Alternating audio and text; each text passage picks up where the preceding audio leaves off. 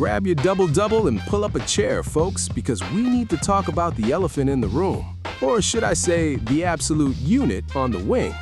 If you've been paying any attention to the hockey world lately, you've seen the headlines. Matthew Knies trade rumors. Again. Why won't they just die down? Is Toronto actually looking to move him? Or is there something else going on behind the scenes at Scotiabank Arena? Today, we're breaking down the one real reason the Matthew Knies trade talk is refusing to go away, and why the Leafs front office might be playing 4D chess while the rest of the league is playing checkers. Let's get into it. What's going on, everyone? Welcome back to the channel. But hey, we're Canadian, and when a massive story like this drops involving the Toronto Maple Leafs, we gotta pay our respects to the rink, eh? If you're new here, hit that subscribe button and ring the bell so you never miss a breakdown. Alright, let's unpack this Knies situation, because the more you look at it, the more it makes total sense. First off, let's look at what the front office is actually saying. Publicly, the message has been pretty firm. Trading Matthew Knies is not probable. Sounds like a shut door, right? But then, right after that, they dropped the classic GM qualifier. However, we evaluate everything.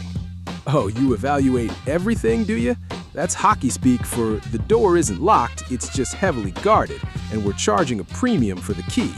When a general manager uses the word evaluate in the same breath as a young, core player, it's a deliberate signal to the rest of the league. They're telling other GMs, we aren't actively shopping him, but if you pick up the phone, we're gonna listen. And that tiny crack in the door is all the rumor mill needs to keep spinning. But why Knies? Why is his name constantly floating around? Let's look at the resume, because it's a beauty. We're talking about a 23-year-old power forward who is playing the exact brand of hockey the modern NHL demands. He's not just a finesse player, he's an absolute freight train. We've seen him put up back-to-back 20-plus goal seasons, rack up over 150 hits, and dish out 43 assists in the 2025-26 campaign. He goes to the dirty areas, he wins board battles, and he finishes his checks. And then there's the contract. 5 years remaining at an average annual value of $7.75 million. In today's NHL cap landscape, that is an absolute steal for a player with his trajectory. He's projected to be a consistent 30 to 40 goal scorer in his prime. Every contending team in the league is looking at their roster, seeing a hole on the wing and thinking, man, if we could just get Knies. That demand is what keeps the rumor mill alive. This brings us to the most logical explanation, one that was recently highlighted by top NHL insider Jeff Marek. His theory, the rumors aren't dying because the Leafs know another team is willing to overpay. Think about it. Teams don't just casually throw out names of young, cornerstone players unless they're testing the waters for a king's ransom. The Leafs are fully aware of Knies' untapped potential. They know he could be a 40-goal guy.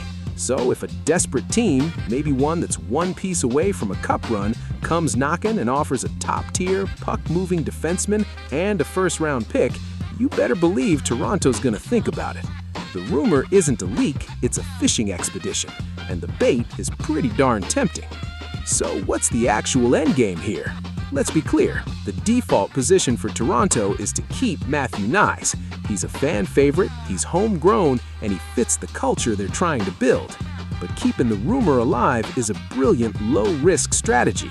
It puts pressure on other teams. It lets the Leafs gauge the market value of their own assets without officially putting a for sale sign in the window.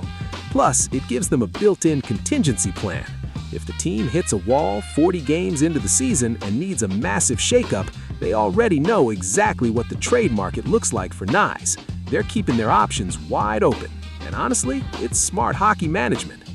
At the end of the day, Matthew Knies isn't going anywhere unless a team blows the doors off with an offer the Leafs simply can't refuse.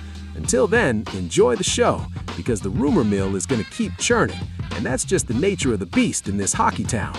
But I want to hear from you. Do you think the Leafs should hold on to Knies no matter what? Or is there a trade out there that would make you say, all right, let's make the deal? Drop your thoughts in the comments below. I read all of them, eh?